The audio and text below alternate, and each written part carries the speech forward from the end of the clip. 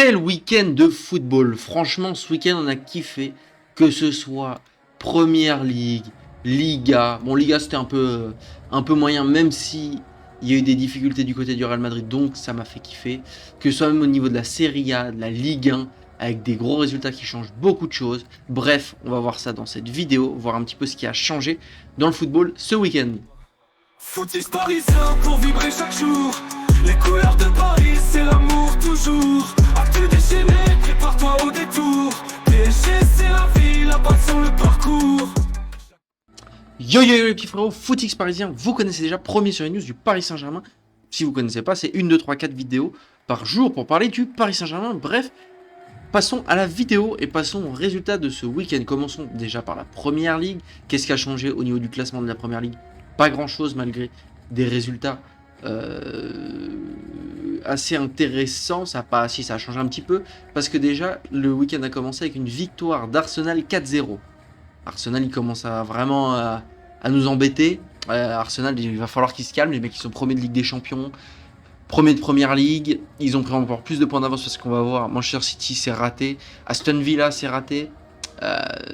Non, là vraiment, Arsenal, il commence à me faire peur. Là où il me faisait pas peur parce que généralement, il se rate. Moi, j'aime bien en Première Ligue. Je vous avoue que je suis plutôt pour un autre club qu'Arsenal parce que j'aime bien la légende comme quoi Arsenal ne gagne jamais rien. J'aime pas aussi leur style de jeu. Toujours jouer sur des coups de pied arrêtés, etc. Les buts contre son camp, machin. Est-ce que vous savez que cette année, le meilleur buteur en Première Ligue d'Arsenal, c'est les buts contre son camp? Incroyable mais vrai. Je crois qu'ils ont marqué 5 buts. Sinon, ils n'ont pas un joueur qui a plus de 5 buts. Incroyable mais vrai en Première Ligue. Bref, du coup, Arsenal qui fait la bonne opération du week-end, même si c'était que contre Leeds, 16e du classement, qui est en perdition, etc. etc. Donc, voilà pour le premier match du week-end. Ensuite, on a eu un match incroyable, celui de Chelsea contre West Ham. Chelsea s'était mis dans la merde, si je dis pas de bêtises. On commençait par perdre exactement 2-0 contre West Ham. West Ham qui cette année n'est que l'ombre de lui-même, qui est 18e. West Ham qui tenait enfin une victoire face à un gros d'Angleterre. Regardez pas, et j'espère que ça s'est pas fouté par YouTube. Bref, regardez pas les tétons. Bref. Du coup, qui gagnaient 2-0 et qui ont réussi à revenir 3-2. Attention à Chelsea cette année, surtout en Ligue des Champions, sachant que le PSG peut tomber contre Chelsea en 8e de finale de Ligue des Champions. Attention à Chelsea cette année, qui montre vraiment un esprit très très fort. Ensuite, on a eu Liverpool contre Newcastle. Le gros match d'Hugo Ekitike qui marque 2 buts en 2 minutes. Newcastle pourtant qui avait tenu en échec le PSG, donc c'est quand même pas une petite équipe. Liverpool qui reconnaît enfin la victoire en Première Ligue, 7 occasions de but contre 0. Ça aurait pu faire beaucoup plus que 4-0. Incroyable. Très très bon match d'Ekitike qui sort visiblement sur blessure. Ça, je ne savais pas qu'il était sorti sur blessure. Sachant qu'ils ont aussi Alexandre Isak sur blessure. Bon, je pense pas que ce soit très grave. Parce que sinon, on en a entendu parler. Je pense que c'est Fotmob qui met sur blessure, mais c'était pas vraiment sur blessure. Bref, très bon match de Liverpool. Et aussi le but à la dernière minute de Konaté qui rend l'hommage à son père. C'était magnifique à voir. Ensuite, on a le match, et là c'est un peu la déception du week-end par rapport à on peut dire ma haine, pas ma haine, mais par rapport à mon désamour d'Arsenal. Manchester City qui se fait tenir en échec par un Tottenham qui n'est pas un grand Tottenham, alors qu'il gagnait déjà 2-0. Guardiola qui doit encore se tenir la tête, un match qui devait être gagné. Quand tu vois simplement les XG, la possession de balle, etc. Très clairement, qu'est-ce qui se passe face à ce City? Cherki aussi qui sort sur blessure. J'espère que ça va pas être trop grave. Cherki qui est très en forme. Après, encore une fois, un bon match. Après son bon match en Ligue des Champions cette semaine. C'est un peu dommage pour Manchester City. Pareil, gros match ce week-end avec Manchester United qui est très en forme en ce moment en Première Ligue. Qui passe devant, qui passe devant personne, mais qui rattrape, Aston Villa, Manchester United qui peut espérer un podium cette année, voire même faire quelque chose de grand après cette victoire. Après, le chemin est encore long. Ils pourraient même espérer un top 2. Ils sont qu'à 2 matchs, 2 victoires de Manchester City. Bon, le top 1, ça me semble un peu compliqué.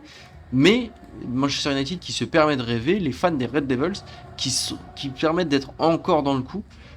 Du coup, Manchester United qui gagnait 2-0, qui s'est fait rattraper 2-2 à la 91e minute. Et le but de Sesco qui délivre Manchester United et qui leur offre leurs 3 points. Bon, dans le jeu, c'était moins intéressant, il suffit juste de voir possession de balle, XG, etc. C'est un match moins intéressant que les 2 derniers matchs, mais c'est encourageant du coup pour Manchester United. Et du coup, là je vous ai fait pas mal longtemps pour la première ligue parce qu'il s'est passé beaucoup de choses. Du coup, le classement finit comme ça avec Manchester City qui perd 2 points contre Arsenal. Aston Villa qui du coup est troisième, véritablement troisième et plus égalité à Manchester City. Et c'est Manchester United, Chelsea qui font plutôt les bonnes opérations de cette semaine. Et surtout Arsenal qui file devant. Ensuite, au niveau de la Liga, c'est assez court parce que les matchs pour le coup en Liga n'étaient pas très intéressants. On a d'abord eu l'Atlético Madrid qui s'est tenu en échec par l'Eventé. Pour moi, c'est un peu une fin de saison pour Atlético Madrid qui est presque assuré d'être en Ligue des Champions l'année prochaine, mais qui pourra à 10 points. Voilà, ils ne reviendront pas sur le Barça, ils ne reviendront pas sur le Real de Madrid. Fin de saison pour l'Atlético Madrid, en tout cas en Liga. Ils peuvent espérer quelque chose en Copa del Rey, surtout sachant que le Real Madrid s'est fait éliminer, donc ça libère une place, en tout cas une finale, ils peuvent espérer une finale. Et aussi en Ligue des Champions, pourquoi pas, mais en tout cas en Liga c'est terminé. On a eu aussi le Real Madrid Rayo Vallecano, pareil, le Real Madrid qui ne s'en sort pas. Pour une fois, c'était un plutôt bon match de Vinicius Junior. Je ne sais pas pourquoi on s'entête à mettre Mastontuno quand tu as un Rodrigo sur le banc qui, à chaque fois qu'il rentre, est intéressant. Encore une fois, il a aussi été intéressant. Ils sont délivrés par un penalty un petit peu, je ne sais pas si vous avez vu l'action, sinon n'hésitez pas à aller voir sur les réseaux sociaux. Un penalty qui pour moi n'était pas penalty, mais bon, voilà, ils finissent contre un Rayo Vallecano à 9 contre 11, un 2-1, bref, moi si j'étais supporter du Real Madrid, je serais vraiment pas satisfait de cette victoire, et de toute façon, spoiler alert, ils n'ont pas été satisfaits de cette victoire. Le Barça qui, malgré qu'il a commencé à être devant au score avec un but de Lamine Yamal, s'est fait rattraper à la 29e minute par un but de Elche, mais et c'est confortablement, a gagné confortablement, a complètement dominé cette équipe. 13 occasions de but, imaginez-vous. Ça veut dire qu'il y a quand même beaucoup de ratés, mais c'est-à-dire surtout que la défense de Elche était bonne. Un bon match du Barça. Barça qui, pour moi, de base, je pensais que le Real Madrid allait gagner la Liga, honnêtement. Ce Real Madrid-là, je ne le vois pas gagner, même s'ils peuvent encore le faire. Bref, voilà pour la Liga. Au niveau de la Serie A, bon, il y a eu 2 gros matchs qui n'ont pas encore eu lieu. Milan joue demain, la Roma joue ce soir, si je dis pas de bêtises, ou l'inverse. Donc il n'y a pas beaucoup de matchs qui ont eu lieu. Les gros ont gagné, la Juventus a gagné 4-1. Si même Jonathan David commence à se réveiller, cette Juventus peut faire peur. Il peut faire de grandes choses, peut revenir aussi au classement. Ils peuvent accrocher l'Inter. Il y a 10 points, mais on sait qu'en Serie A, tout se joue jusqu'au bout. L'Inter qui a gagné assez facilement 2-0 contre Cremonese, je sais pas comment ça se dit, je sais pas comment vous le dites surtout, 4 occasions de but à 0, bref, un match dominé de bout en bout, et ensuite le Napoli qui a battu assez convenablement, dirons-nous, la Fiorentina, mais bon, c'est pas très rassurant pour le Naples qui bat quand même assez difficilement le 18e de Serie A.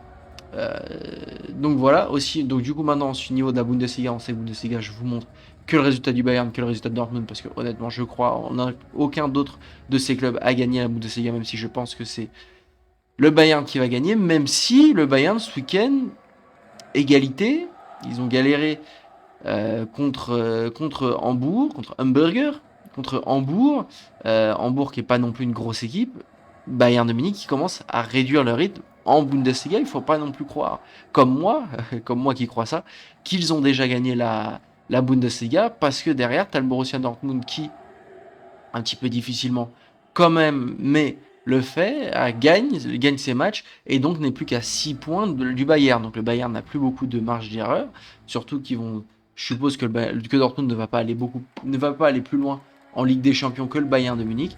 Donc ils vont avoir une grosse fin de saison avec des joueurs en plus de ça qui vont jouer après tous la Coupe du Monde, etc. Bref, attention au Bayern de Munich, même si pour moi c'est déjà plié, et le Bayern de Munich va gagner ce championnat.